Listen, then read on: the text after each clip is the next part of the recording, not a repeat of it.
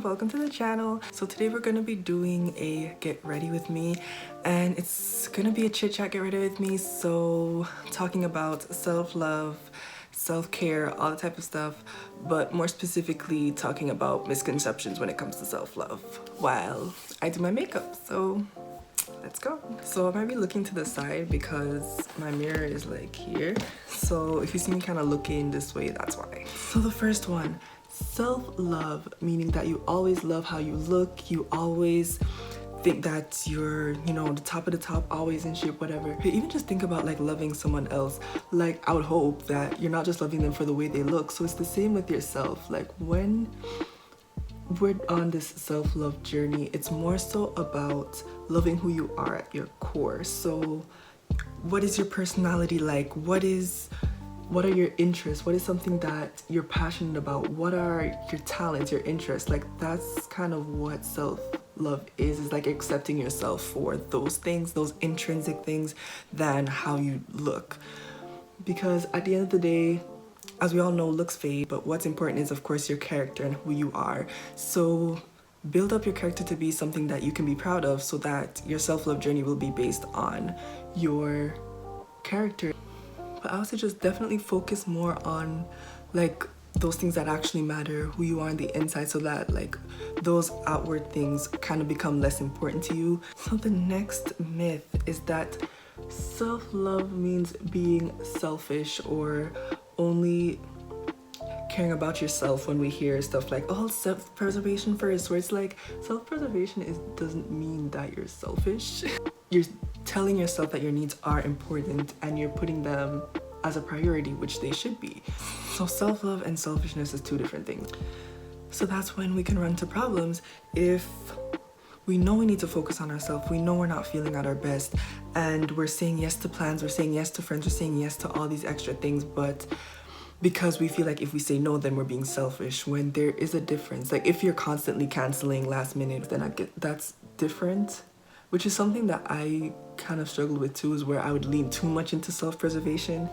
Because at the end of the day, you should know yourself best, and when you just need time off away from everything to just clear your head. So the third myth, that self-love equals happiness. And with this one, it's like, well, isn't that the whole point of self-love, is to gain happiness in life? It's like, yes, of course, we all want to be at a place where we are happy. So instead of looking at self-love as a way to gain happiness, look at it as a way to learn yourself. Because once you learn yourself, you can learn, okay, right now this is how I'm feeling, and the best way to get me out of this situation is by doing this.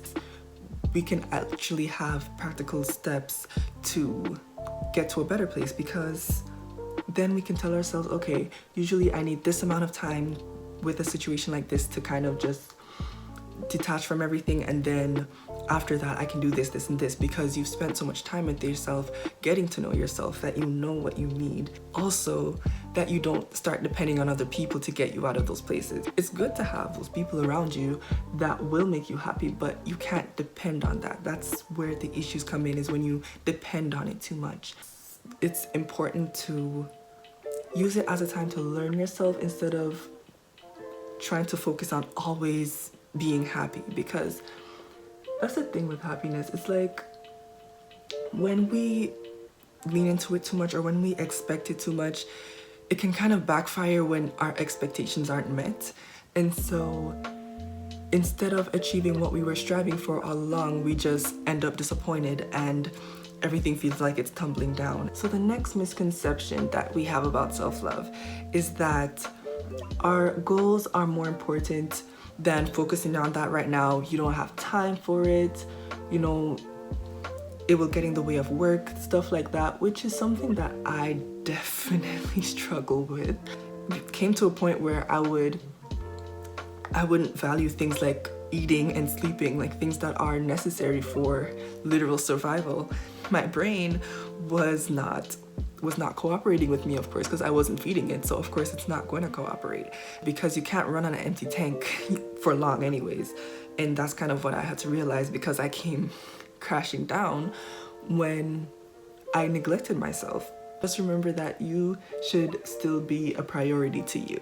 Now the last one is thinking that this whole self-love thing means that you just think you're above other people. And it kind of goes back to that whole selfish one, because at the end of the day, as I said, you need to put yourself as a priority. And of course, there are extremes where we put ourselves too much as a priority. It's kind of the difference between you saying a week in advance, or when the person asks you to hang out, saying, oh, well, you know, I'm kind of not feeling the best right now, like, can we reschedule? And hopefully that person should understand. And then that being a good example of you putting yourself first.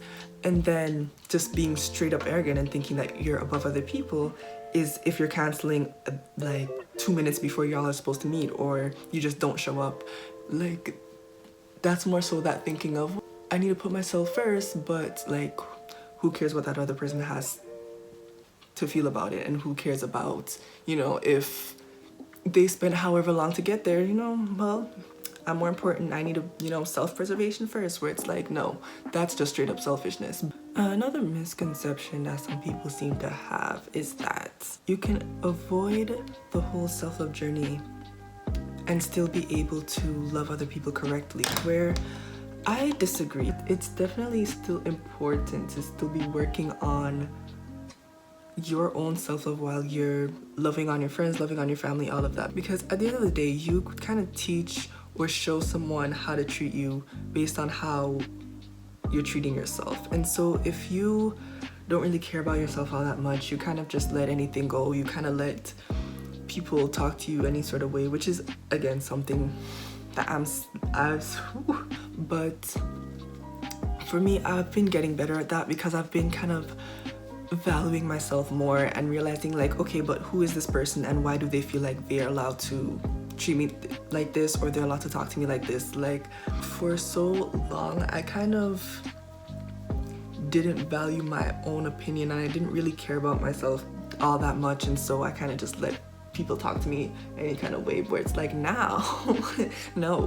And we can all feel it when there is someone who you can tell doesn't value themselves, and so they just let people treat them any kind of way. And that gets especially dangerous when you're thinking about getting into relationships, whether that's platonic, like friendships, or romantic relationships, because that makes room for manipulation. If you're telling someone, or you're showing someone that they can, you know, like, you'll tolerate this, you'll tolerate them calling you out of your name, you'll tolerate them, you know, playing the victim, and then you'll just play along.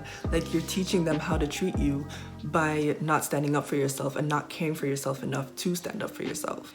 And so for all of you that have already gotten that lesson, because I know I have friends that don't tolerate nothing from nobody, and I respect you guys to the T, like, and they know exactly who they are.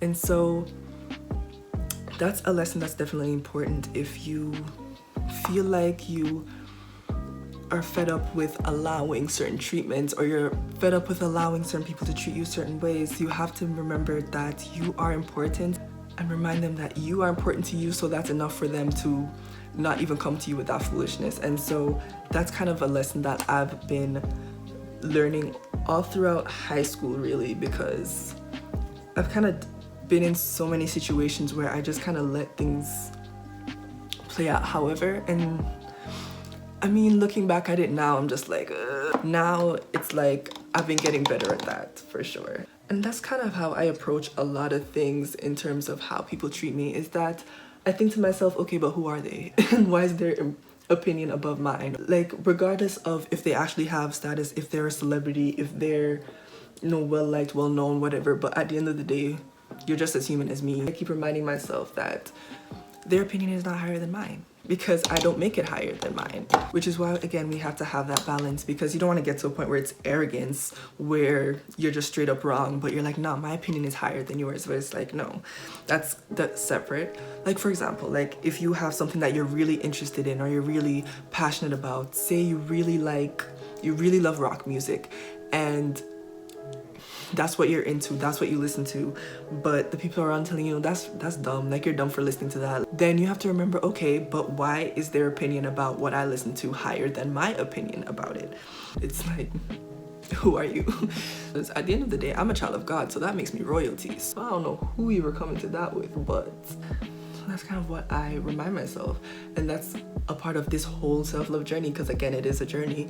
And so there's so many different aspects to it. And that's definitely one aspect, is make sure that you are valuing your own opinion, but also like not being inconsiderate of other people's opinion, of course, but just trying to see where their opinion comes from and if their opinion is higher than yours when it comes to certain things. And also differentiating that from like constructive criticism, because that can also cause problems if we're just like, oh, no, my opinion is what matters. Because again, it's all about balance. Like, yes, your opinion matters, but is what that other person's saying stemming from like an actual constructive place? Like if you play the drums and you know, you think you're bomb, and maybe you are, but there's ways that you could improve, and that person is pointing out those things, and it's important to still listen to that and still take that into consideration, of course, to grow as a person. But if they're just straight up like, nah, you're not good at this, like, then that's not constructive. You need to cut that person off.